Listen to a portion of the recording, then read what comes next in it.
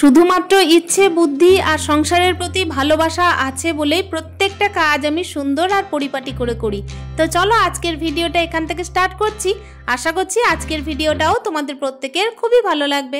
Hello everyone, good morning, welcome back to my channel. আশা করছি সকলেই খুব ভালো আছো। বীরভূম জেলার ছোট্ট একটা শহর থেকে আমি সুধা আবারও চলে এসেছি নতুন দিনের নতুন আরও একটা ব্লগ নিয়ে। সাথেই থাকো আমার। আশা রাখছি আজকের ব্লগটাও তোমাদের প্রত্যেকের খুবই ভালো লাগবে। সকাল টাইমে দেখতেই পাচ্ছ এক কাপ চা নিয়ে বসেছি। আর এই চাটা না খেলেই নয়, আসলে এই চাটাই কিন্তু আমাকে সংসারের প্রত্যেকটা কাজ করার জন্য সারা দিন আর কি আপাতত এনার্জি দেবে, যতক্ষণ আমি পুজোটা না করছি। তো চলো, এই যে দেখতেই পেলে চাটা খেয়ে নিলাম। আর চা বিস্কুট খেয়ে ওষুধ ছিল আমার, তো সেটা খেয়ে নিয়েছি। এরপর দেখতেই পাচ্ছ সংসারে কাজ করবো। তো এই যে দিদিমা হাঁক দিয়েছেন মাছ দেওয়ার জন্য, তো বাইরে চলে এলাম। দেখো মাছটা কিনে নিই। এই মাছওয়ালা দিদিমাকে তোমরা মনে হয় আমার ব্লগে আগেও দেখেছো। উনি কিন্তু আমাকে প্রায় দিন মাছ দিয়ে যান, আর আমি কিন্তু ওনাকে শর্ত রাখি যে দিদিমা মাছটা কিন্তু বেচে দিও, কেন কি আমার প্রচণ্ড তারা, ছেলের স্কুল, এই সমস্ত বলে কিন্তু দিদিমাকে বলি। আর একটুখানি আমার সাথে গল্প করার জন্য আটকেও রাখি। আর তার সঙ্গে কি হয় বলো তো, দিদিমা বলে যে ঠিক আছে, কোনো ব্যাপার নয়, তুই মাছ নিয়ে নে, আমি বেছে দেবো। তো চলো, এইদিকে দেখতেই পাচ্ছ মাছটা নিয়ে নিয়েছি। আর আমি না অতিরিক্ত মাছ নেব না আজকে, কেন কি বলেছি আমাদের কিন্তু নেমন্তন্ন আছে 2-4 দিন ধরে। তো সেই হেতু কিন্তু দেখো অল্প স্বল্পই মাছ নিলাম। তো এই যে দেখতেই পাচ্ছ আজকে কিন্তু এই যে তেলাপিয়া মাছ নিয়েছি। না খাবে কে? টানা নেমন্তন্ন, বিবাহ বার্ষিকী আছে, অন্নপ্রাশন আছে। তো চলো, সে না হয় হলো নেমন্তন্নর গল্প সারলাম দিদিমার সঙ্গে। এইদিকে কিন্তু সংসারের কাজে লেগে পড়ি। এইদিকে দেখতেই পাচ্ছ চাটা খেয়ে কিন্তু আমি একদম সংসারের কাজে এখনো পর্যন্ত হাত দিইনি। ওই যে মাছ কিনতে চলে গেলাম, তারপর এখন চলে এসেছি দেখো বিছানাটা গুটিয়ে নিতে। তো বিছানায় কিন্তু আমার একটা স্বভাব হচ্ছে কি, 2টো করে চাদর পাড়া। তা আপাতত নিচের চাদরটাকে পেরে এই যে খাটটা একটু মুছে নিই, তারপর ওপরের চাদরটাকে আমি পেরে নেব। আসলে ধুলো ময়লা যেন ওপরের চাদরে না বসে, সেই কারণে আমি দেখলাম যে এখন ওপরের চাদরটা পারবো না, নিচের চাদরটা পেরেই ভালোভাবেই খাটের ধুলো ময়লাগুলোকে পরিষ্কার করে দিই। তারপর একেবারে নতুন চাদর পেরে দেবো। নতুন বলতে কি, কাঁচা ধোয়া চাদর। অবশ্যই গরমের দিনে নতুন চাদরে শুতে একটু ভালোও লাগে না বলো, মানে কোনোভাবেই দেখবে গাটা জ্বালা করলে একদম শুতে ইচ্ছা করে না। ওই কারণে কিন্তু পুরোনো চাদর হোক অথচ পরিষ্কার পরিচ্ছন্ন হোক, এইরকমই কিন্তু চাদর আমরা পাড়তে ভালোবাসি, তাই না? আমার কিন্তু এইটা, জানি না অন্যদের ক্ষেত্রে কি হয়, গরমের দিন এলে কিন্তু নতুন চাদর একদমই ভালো লাগে না। এই যে দেখতেই পাচ্ছ একটা কাঁচা ধোয়া চাদর এইদিকে পেরে দিয়েছি। আর এর আগে তো আপাতত আমার নীল কালারের একটা চাদর যেটা পাড়া ছিল, তারপর হচ্ছে বালিশের কভারগুলো সবকিছু কিন্তু আজকে কাচতে দেবো বলেই একদম কিন্তু ক্লিয়ার করে নিয়েছি সমস্ত কিছু। আর এখন দেখতেই পাচ্ছ বিছানার চাদরটাকে সুন্দর করে পেরে নিয়েছি। আর এরপর কিন্তু জানলার এই যে পর্দাগুলো খুলে দেবো, জানলাটাও খুলে দেবো। তো কখন মানে খুলি বলো তো জানলাগুলোকে, যখন দেখি রোদটা আর কি জানলা দিয়ে ঢুকছে না, তখন আমি কিন্তু সেই দিকের জানলাগুলো খুলি। তো চলো, আপাতত তো ফার্স্ট মর্নিং, এখন তো রোদটা আপাতত নেওয়া যেতেই পারে ঘরের মধ্যে। আর সংসারের কাজে যখন আর কি লেগে পড়বো, তখন কিন্তু দেখো সমস্ত দিক একটুখানি বুদ্ধি করেই চলতে হয়। ওই যে বিছানার মধ্যে যখন রোদ পড়বে, তখন তো আর শীতকালের মতো আরাম পাবো না, তখন কিন্তু একেবারেই ভালো লাগবে না। তো চলো, এই যে দেখতেই পাচ্ছ গাছে জল দিয়ে নিচ্ছি। আর ইদানিং যা রোদ পড়ছে, আমাদের এদিকে কিন্তু বৃষ্টির কোনো নামগন্ধ নেই, সেই কারণে গাছে কিন্তু 2 বেলা জল দিতেই হচ্ছে। আর গাছগুলোকে যদি 2 বেলা জল না দিই না, তাহলে টবে গাছ করা কিন্তু খুবই কষ্ট। আসলে সংসারটাকে তো খুব ভালোবাসি, সংসারের কাজগুলোকেও খুব ভালোবাসি। ওই কারণে দেখবে একটুখানি বুদ্ধি খাটিয়ে আর নিজের মনের ইচ্ছা থাকলে কিন্তু দেখো সব কিছু করা সম্ভব। ওই কারণে দেখলাম যে না, সুন্দর করে কিন্তু গরমের দিনে যখন সুন্দর সুন্দর ফুল দিচ্ছে, তখন সুন্দর করে এগুলোর যত্নও করতে হবে। তো চলো, একটুখানি কষ্ট হলেও কিন্তু সংসারের কাজগুলোকে সুন্দর করে নিচ্ছি। এইদিকে দেখো উঠোনের মধ্যে কিন্তু প্রচুর ধুলো ময়লা জমছে বন্ধুরা। আসলে কেন জানো তো জমছে এত পরিমাণের? যখন একটু ঝোড়ো হাওয়া দেয়, তখন কি হয়, তেঁতুল পাতাগুলো উঠোনের মধ্যে চলে আসে। অন্যদিকে ছোট প্রাচীর হওয়ার কারণে ধুলো ময়লাগুলো কিন্তু যখন ঝোড়ো হাওয়া বয়, তখন একেবারে ঘরের মধ্য দিয়ে ঢুকে চলে যায়। ওই জন্য আমি সবসময় চেষ্টা করি উঠোনটাকে একটু পরিষ্কার পরিচ্ছন্ন রাখতে। আর পরিষ্কার পরিচ্ছন্ন রাখলে না শুধুমাত্র ঝাঁট দিলে চলবে না, এদিকে কিন্তু দেখো আমাকে মাঝে মাঝে ধোয়া মোছাও করে নিতে হবে। তো উঠোনটা যেহেতু ধরো এমনি মার্বেলের আছে, একটু মানে মার্বেলের ওপর দেখবে সাদা মার্বেলগুলো একটু ছোপ পড়ে গেলে না দেখতে খুব খারাপ লাগে। ওই জন্য জল দিয়ে ধুয়ে নিলে বেশ ভালো হয়। আর টবের মাটিগুলো যখন দেখি একটু মানে চুয়ে নামছে, তখন তো উঠোনে কাদা হবেই, তাই না? তো চলো সুন্দর করে উঠোনটা এদিকে পরিষ্কার করে দিচ্ছি। এইদিকে দেখতেই পাচ্ছ উঠোন পরিষ্কার করছি, এদিকে কিন্তু খুব সুন্দর একটা হাওয়া দিচ্ছে। ফার্স্ট মর্নিং হাওয়াটা দেয় জানো তো বন্ধুরা, কিন্তু যেই দুপুর হতে থাকে, সন্ধে হতে থাকে, তখন কিন্তু প্রচুর প্রচুর পরিমাণে গরম দেয়। তবে শীত গ্রীষ্ম বর্ষা কোনো কিছু তোয়াক্কা না করেই তো আমাদের মতো হাউসওয়াইফদের সংসারের সমস্ত কাজ করে নিতে হবে, তাই না? আর ইচ্ছে আর বুদ্ধি থাকলে দেখবে সংসারের কাজগুলোকে একটু সহজ সরলভাবে করেও নেওয়া যায়। আর সব থেকে বড় কথা হচ্ছে কি জানো, সংসারের প্রতি ভালোবাসা থাকলে দেখবে অটোমেটিক ইচ্ছাটাও চলে আসে, আর একটুখানি দেখবে বুদ্ধিটাও খাটিয়ে নিয়ে আমরা কাজটা করে নিতে পারি। আর একদিনে তো কাজ শেখা হয় না, একটু রয়ে সয়ে থাকতে থাকতে সংসারের প্রতি যখন আমরা ধাতস্থ হয়ে পড়ি তখন কিন্তু কাজগুলো অটোমেটিক আমাদের দ্বারা হয়েই যায়। এই তো দেখতেই পাচ্ছ সংসারে কাজ করতে করতে একেবারে উঠোনটাকে চকচকে করে নিলাম।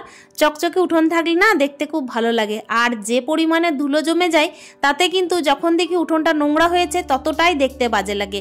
এই যে মার্বেলের উঠোন হলে না এই এক সমস্যা জানো তো, পরিষ্কার পরিচ্ছন্ন রাখলে যতটা ভালো লাগে দেখতে, নোংরা পড়লে কিন্তু ততটাই খারাপ লাগে দেখতে। ওই কারণে সবসময় চেষ্টা থাকে এদিকে কিন্তু সুন্দর করে পরিষ্কার পরিচ্ছন্ন রাখার। আর এই তো দেখতেই পাচ্ছ একেবারে কিন্তু বাইরের দরজায় একদম গেটে সুন্দর করে ধুয়ে দিয়েছি। ফার্স্ট মর্নিং কিন্তু আমার মা এখানে মানে মারুলি দিয়েছিল, তোমরা হয়তো জানবে মারুলি কাকে বলে। আর এই তো তারপরেই দেখো চলে এসেছি একেবারে স্নান টান সেরে নিজে একদম পয় পরিপাটি হয়ে এই যে আয়নার সামনে নিজেকে একটুখানি মানে সিঁদুর টিঁদুর নিয়ে একটু উজ্জ্বল করে নিতে। উজ্জ্বল করে নেওয়া মানে কি, নিজের সংসারের কাজগুলো করতে করতে নিজেকেও একটু খেয়াল করা। আর এই তো দেখতেই পাচ্ছ তারপর চলে এসেছি দেখো এই যে পুজোর ব্যবস্থা করতে।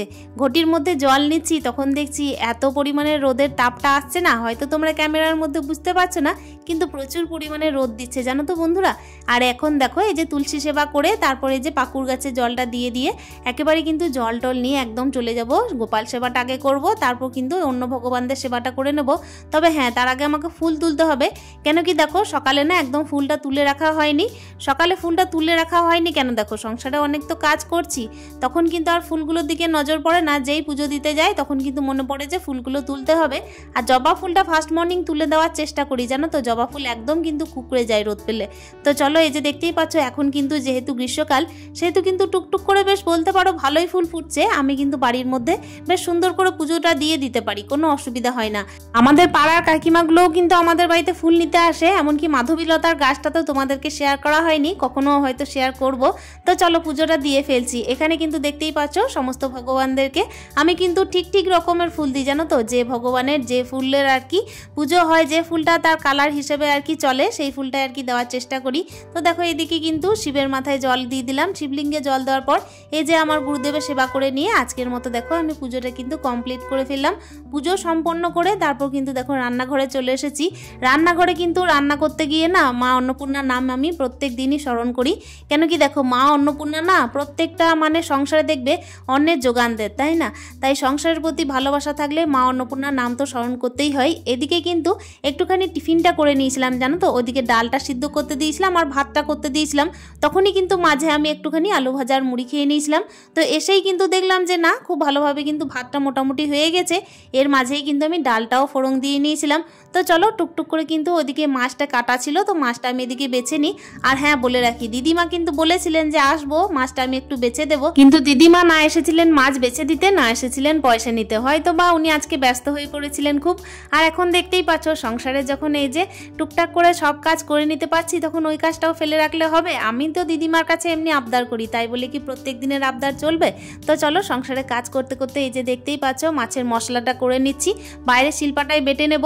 তো শিলপাটাই কিন্তু দেখো এখন ছায়ার দিকে নিয়ে এসেছি। এই দিকে কিন্তু শিলপাটাটা থাকে না আমার, মোটামুটি বলতে পারো ওই পূর্ব দিকে থাকে, কিন্তু এখন যেহেতু রোদের পরিমাণ খুবই বেশি আর রান্নাঘরে কিন্তু দেখো শিলপাটা রাখার আমার একদম জায়গা নেই। আর আমার কিন্তু মনে হয় যে শিলপাটাটাই যদি আমি বাইরে বাটি না তাহলে বেশ ভালো হয়, সুবিধা হয়। এমনি নড়াচড়া করতে রান্নাঘরে অসুবিধা হলে ভালো লাগবে বলো কাজ করতে? তো চলো কষ্ট হলেও কিন্তু এই যে সুন্দর করে কাজগুলো যেই করে নিচ্ছি না, সেই কিন্তু সংসারের প্রতি আরও ভালোবাসা আমার বেড়ে যাচ্ছে জানো। সংসারের প্রতি যখন আমার ভালোবাসা বাড়তে থাকে তখন সংসারের প্রত্যেকটা কাজ আমার করতেও ভালো লাগে। আরও একটা কথা তোমাদের বলি বন্ধুরা, যেহেতু আজকে আমার ছেলের স্কুলটা ছুটি আছে, মানে আজকে ছিল কিন্তু বুদ্ধ পূর্ণিমা, তাই আমার রান্না বান্নার কোনো তাড়াহুড়ো ছিল না। সমস্ত কাজগুলোকে আগে সেরে নিয়েছি, তারপর কিন্তু সুন্দর করে রান্না বান্না করেছি। আর এদিকে তো তোমরা প্রত্যেকদিন দেখতেই পাও যে যখন আমার ছেলের জন্য স্কুলের প্রচুর তাড়াহুড়ো থাকে তখন কিন্তু মাঝে মাঝে আমি পুজোটা পরে দিই আর রান্নাটাকে আগে করে নেওয়ার চেষ্টা করি। আসলে কি বলতো, আগে কিংবা পরে কাজ তো কাজ, তাই না? সমস্ত কাজ কিন্তু করে নিতে হবে। যেটা সুবিধা হয় সেটা আগে করে নিতে হয়, যেটা অসুবিধা হয় সেটাকে পরে করতে হয়। এই যা, তো চলো দেখো মশলাটা কিন্তু বাটা হয়ে গেল। এই যে দেখতেই পাচ্ছ, তেলাপিয়া মাছ মানে সর্ষে বাটা না দিলেই নয়। আজকে যদিও বা একটুখানি জিরে আদা রসুন সবকিছুই দিয়েছি, কখনো কখনো শুধুমাত্র সর্ষে বাটা দিয়ে করি। যেদিন যেমন ইচ্ছা লাগে সেদিন কিন্তু সেরকম করার চেষ্টা করি। তবে ভালোবেসে যখন রান্নাগুলো করি না, তখন অটোমেটিক কিন্তু প্রত্যেকটা রান্নারই টেস্ট হয়ে যায়। তো চলো দেখতেই পাচ্ছ সব মাছগুলোই কিন্তু আজকে করে নেব। আমি কিন্তু দেখো 2 পিস মাছ নিজের জন্য রাখবো, আর বাকিগুলো কিন্তু মানে আমার মাদের বাড়িতে দিয়ে পাঠাবো। কি বলতো, মাছ খাওয়ার মতো লোকের অভাব, আমি কিন্তু একা মাছ খাই, সেই কারণেই মাছ রেখেও লাভ নেই। আর কাল হচ্ছে মঙ্গলবার, তাই মঙ্গলবারে কিন্তু কোনো রকমের মানে বাসি আমি রাখবো না। আর বাসি কি বলতো, চট করে আমি খাইও না, যদি থেকে যায় তখন সেটা খেতে হয়। কিন্তু আমি অল্প স্বল্পই রান্না করি, যেটুকু আমার দরকার হয়, আর টাটকা টাটকাই রান্না করি। সংসারকে ভালোবাসি যখন, তখন নিজেকেও ভালোবাসতে হবে, তাই না? আর নিজের শরীরেরও যত্ন নিতে হবে। তো চলো এইদিকে কিন্তু রান্নাবান্না করছি। যে রান্নাবান্না করছি মানে যে মাছটাই শুধুমাত্র করতে হবে তা নয়, খাওয়ার টাইম কিন্তু ডিমের অমলেট করতে হবে, কেন কি আমার ছেলে মাছ খাবে না, সেই জন্যই। এদিকে দেখতেই পাও সংসারের প্রত্যেকটা কাজ কিন্তু সুন্দর করে গুছিয়ে নিতে পারি কখন জানো তো, নিজের বুদ্ধি আর নিজের ইচ্ছার দ্বারা। আর এই যে সংসারের প্রতি প্রত্যেকটা জিনিসের প্রতি ভালোবাসা যখন আমার অফুরন্ত থাকে, তখন কিন্তু প্রত্যেকটা জিনিস সুন্দরভাবে হয়েও যায়। এখন দেখতেই পেলে রান্নাবান্না যেই করছি, একটুখানি দেখবে তেলাপিয়া মাছ মানে এদিকে ঝালদা যখন করব, মানে বেগুন না হলে চলবে না, তাই একটু বেগুন দিয়েই দেখো মাছের আর কি ঝালদা করে নিলাম। তবে আজকে একটা জিনিস মানে এক্সট্রা দিয়েছি, সেটা হচ্ছে এই যে আলুটা দিয়েছি এই কারণেই যাতে কি আমার ছেলেরও একটু সুবিধা হয় খেতে, মানে আলুটাকে তুলে দিতে পারি, কেন কি আলাদা রকম তো কোনো সবজি আমি করিনি। ওদিকে দেখলে উচ্ছে আলু ভাজা করেছি, তো আমার ছেলে কিন্তু তেতোর আলুগুলো যে খাবে সেই ব্যাপারে সন্দেহ আছে, ওই কারণেই দেখলাম যে না, মাছে কিন্তু আলু দিয়ে দিই। আর এখন দেখো রান্না বান্না হয়ে গেল, মানেই হচ্ছে রান্নাঘরটাকে একটু সুন্দরভাবে পরিষ্কার পরিচ্ছন্ন করে একটু গুটিয়ে নেওয়া। মাঝে কিন্তু আমার ছেলে গেছিল একটুখানি খেলাধুলা করতে, তো ওকে কিন্তু এবার ডাক দিতে হবে, কেন কি রান্না বান্নার পর দেখো সংসারের প্রত্যেকটা কাজ গুটিয়ে নেওয়ার পর কিন্তু ছেলের প্রতিও কিছু দায়িত্ব থাকে, তাই ওইগুলোকেও পালন করতে হবে।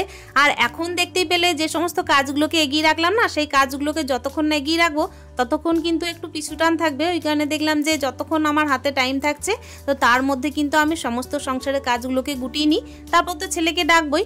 তো একেবারে চলো এদিকে কিন্তু আমার রান্নাঘরটা পরিষ্কার হয়ে গেল। আর টেবিলটা কিন্তু আমাকে প্রত্যেকদিন পরিষ্কার করতেই হবে, তা না হলে কিন্তু মনটা আমার আরও ভালো লাগবে না। টেবিলটা হচ্ছে যেহেতু ডাইনিংয়ের মধ্যে, সেহেতু কিন্তু টেবিলটা দেখো এদিকে অপরিষ্কার অগোছালো থাকলে দেখবে দেখতে খুব খারাপ লাগে। টেবিলটা সুন্দর করে গুটিয়ে ধুয়ে মুছে রাখার পরে আমি এদিকে কিন্তু ছেলেকে স্নানটা সারিয়ে খাওয়া দাওয়া করিয়ে দেবো। আর কিছু জামা কাপড় আছে, সেগুলোকে তো আমাকে একটু ভালোভাবে ভাঁজ করে নিতে হবে। আপাতত এই যে দেখতেই পাচ্ছ টেবিলটা কিন্তু গুটিয়ে নেওয়ার পরে সংসারের কাজ থেকে আপাতত মাঝে একটুখানি বিরতি নিয়ে চলে এসেছি দেখো জামা কাপড়গুলো গুছিয়ে নিতে। আর এই যে জামা কাপড়গুলো অলরেডি দেখতেই পাচ্ছ ভাঁজ টাজ করে সুন্দর করে এই যে আলনার মধ্যে রেখে দিচ্ছি। আর সুন্দর করে রেখে দিলে কতটাই না দেখতে ভালো লাগে বলো তো। সংসারের প্রত্যেকটা কাজ সুন্দর করে নেওয়ার পরে একটুখানি বুদ্ধি আর ভালোবাসা দিয়ে কিন্তু নিজের সংসারটাকে সুন্দর করে গুছিয়ে রেখে দিলাম। আর আজকের মতো ভিডিওটাকেও আমি এখানে এন্ড করছি। আশা করছি আজকের ভিডিওটা তোমাদের প্রত্যেকের খুব ভালো লেগেছে। যদি ভালো লাগে একটা কমেন্টের মাধ্যমে জানানোর চেষ্টা করো। দেখা করছি তাহলে অন্য দিনের অন্য আরও একটা ভিডিও নিয়ে। ততক্ষণের জন্য বন্ধুরা তোমরা প্রত্যেকে যেন ভালো থেকো, সুস্থ থেকো, আর অতি অবশ্যই হ্যাপি থেকো। স্টে হ্যাপি, হ্যাপি মন, টাটা।